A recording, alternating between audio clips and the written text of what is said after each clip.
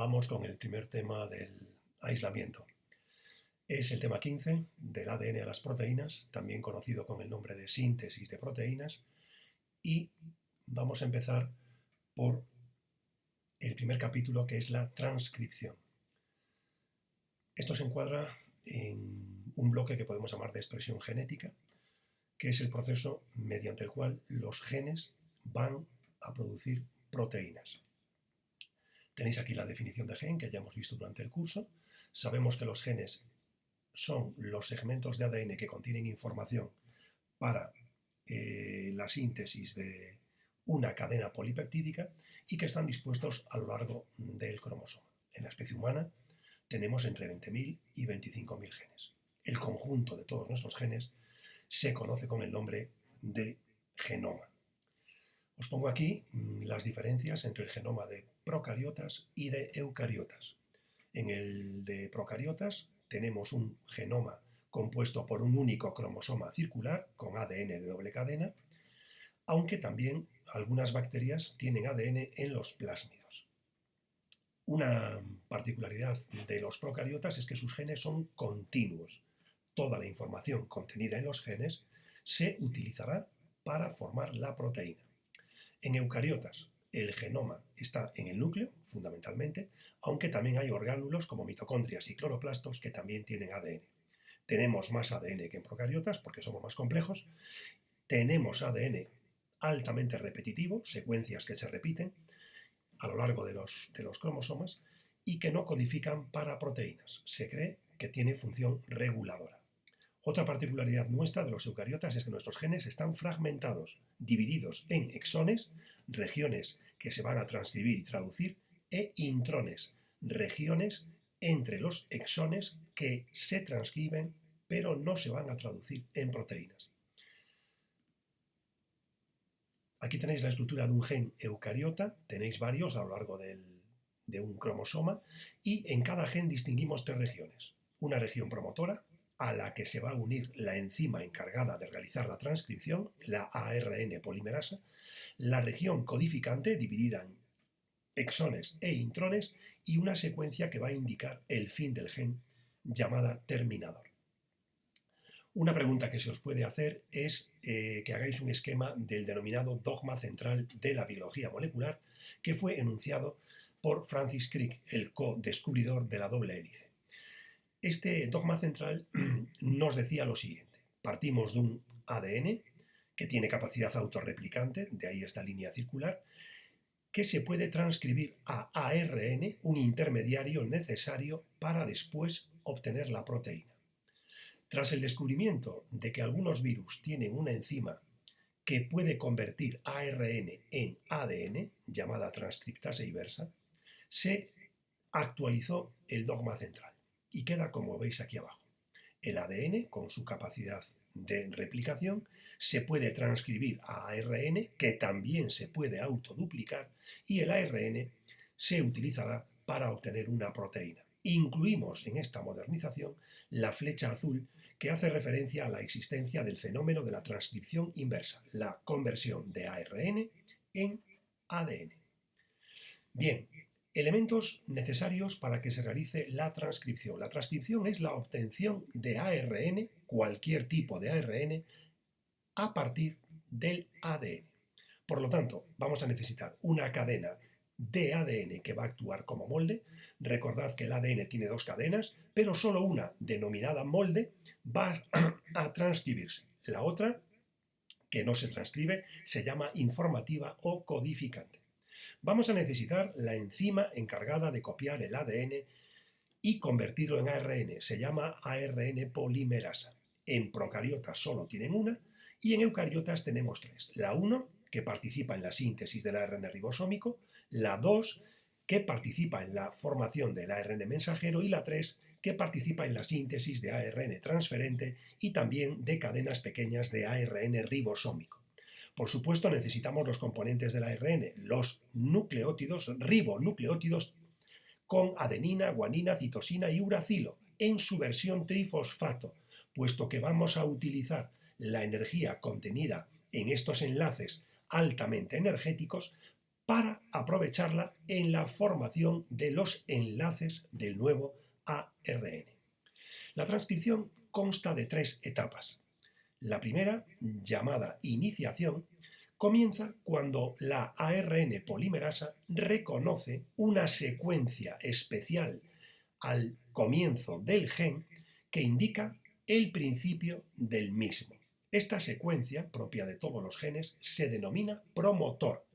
Indica el inicio del proceso y cuál de las 2 hebras de ADN debe ser transcrita. Necesitamos también en eucariotas la participación de unas proteínas denominadas factores de transcripción que se unen a ese promotor y tras su unión la ARN polimerasa romperá los enlaces entre las hebras del ADN y abre una burbuja de transcripción. En la elongación, la ARN polimerasa, una vez reconocida la cadena que actúa como molde, va a desplazarse por ella, leyendo los nucleótidos de ADN y disponiendo los ribonucleótidos del ARN en construcción, de forma complementaria. Recordad que cuando en el ADN encontremos adenina, la ARN polimerasa dispondrá uracilo. En el ARN no hay timina. La enzima se va desplazando, atención a esto, por la cadena de ADN con sentido 3', 5', lee 3', 5', pero sintetiza de 5' a 3', igual que vimos en la duplicación del ADN. No lo olvidéis, síntesis en sentido 5', 3', lectura 3', 5'. Una vez que ha recorrido la región codificadora, la ARN polimerasa va a reconocer un lugar, una secuencia de terminación que indica que la información codificante se ha terminado. La ARN polimerasa se desengancha del ADN, queda libre y también lo hace el ARN resultante de la transcripción, finalizando así el proceso. Un esquema con las principales diferencias entre procariotas y eucariotas en la transcripción. En eucariotas se realiza en el núcleo, en procariotas no tienen núcleo, se hace en el citoplasma. En eucariotas ya hemos dicho que hay 3 ARN polimerasas, en procariotas solamente una. Importante, en eucariotas el ARN que sale de la transcripción va cuando se está transcribiendo, mejor dicho, una vez dispuestos los 30 primeros nucleótidos de ese ARN, se le va a añadir en el extremo 5' una caperuza con función protectora, una caperuza que lleva metilguanosina trifosfato. En procariotas no existe esta caperuza. En la fase de terminación, cuando se ha separado la enzima y queda libre el primer ARN formado, otra enzima llamada poli-A polimerasa le añadirá una cola de poli-A, que es un conjunto de adeninas en el extremo 3'. Se llama cola. En procariotas no existe cola. Por lo tanto, principales diferencias. En el ARN que se obtiene de la transcripción en eucariotas tenemos una caperuza en el extremo 5' y una cola en el extremo 3'. En procariotas no existe ninguna de las dos. Un esquema con lo que acabamos de decir. Transcripción en eucariotas. Inicio, la ARN polimerasa reconoce y empieza a sintetizar. Cuando lleva un trozo de nucleótidos sintetizados, se le añade la caperuza. Aquí la tenéis. Metilguanosina trifosfato. Fase de elongación. Fabricamos el resto del ARN complementario a la región codificante y terminación, reconocemos esa secuencia, acaba la fabricación de ARN, la ARN queda libre y se le añade al ARN la cola de poli-A. Aquí tenéis el ARN mensajero en eucariotas tal como se obtiene al finalizar la transcripción. con su caperuza en el extremo 5', con su cola en el extremo 3', y los exones y los intrones transcritos. Este ARN, lo veremos después, va a necesitar un proceso de maduración para eliminar los intrones. Aquí tenéis más diferencias con respecto a la maduración entre procariotas y eucariotas. El ARN mensajero en procariotas no sufre maduración, ya que no tiene intrones. El ribosómico y el transferente sí sufren un pequeño proceso de maduración que consiste en, a partir de un único ARN, se corta en trozos que serán los diferentes trozos del ribosómico y el transferente. En eucariotas necesitamos una maduración, el llamado proceso de corte y empalme o splicing, o de edición de ese gen, en el que vamos a eliminar los intrones, unir los exones, y también el ribosómico y el transferente sufren un proceso de maduración, igual que en procariotas salen de un único ARN que es cortado en fragmentos. Aquí tenéis lo que acabamos de ver. En procariotas no hay maduración. Una vez que se forma el ARN mensajero se traduce simultáneamente, y aquí tenéis la maduración del transferente y el ribosómico a partir de una única cadena que sufre transformaciones químicas y después se rompe en trozos. Un trozo será el futuro ARN transferente y estos trozos serán los distintos fragmentos del ARN ribosómico. En cuanto a la maduración del ARN mensajero, aquí tenemos un poco lo que hemos visto antes. La transcripción, esto sería el ADN, un gen con el promotor, la secuencia de reconocimiento de la enzima, la información que se va a transcribir, la zona que indica el fin, y aquí tenemos el primer ARN mensajero que se obtiene, que tiene 3 nombres. Se le puede llamar pre-ARN mensajero, ARN transcrito primario o ARN heterogéneo nuclear. Recordadlo, el primer ADN que sale en bruto de la transcripción tiene 3 nombres.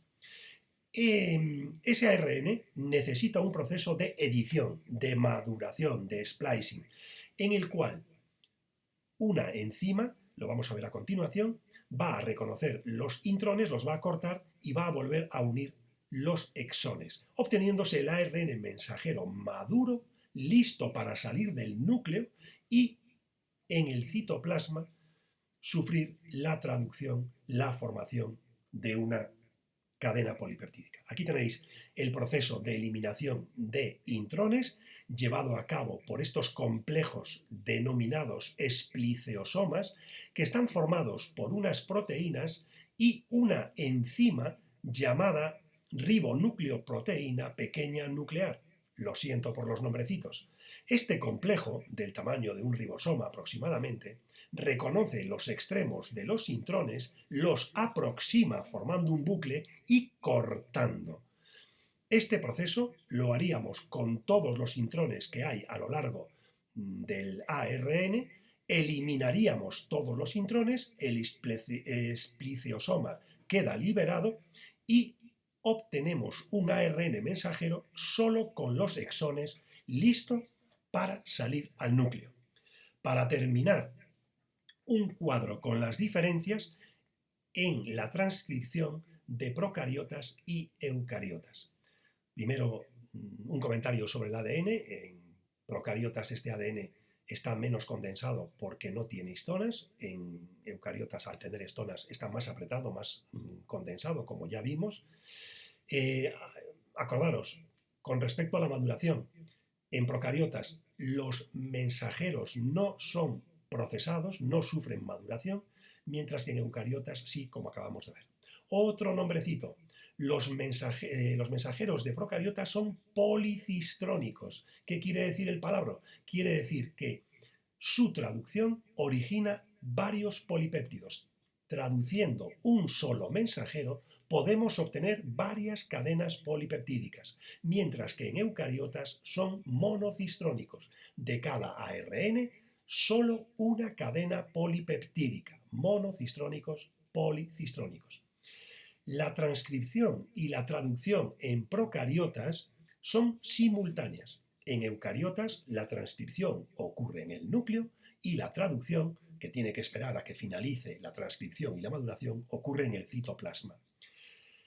En procariotas solamente hay una ARN polimerasa, ya la hemos visto, y en eucariotas hay 3 diferentes. Bien, creo que hemos terminado, nos ha llevado menos de 15 minutos, espero que os haya servido y nos emplazamos para el capítulo 2 con la traducción. Hasta la próxima.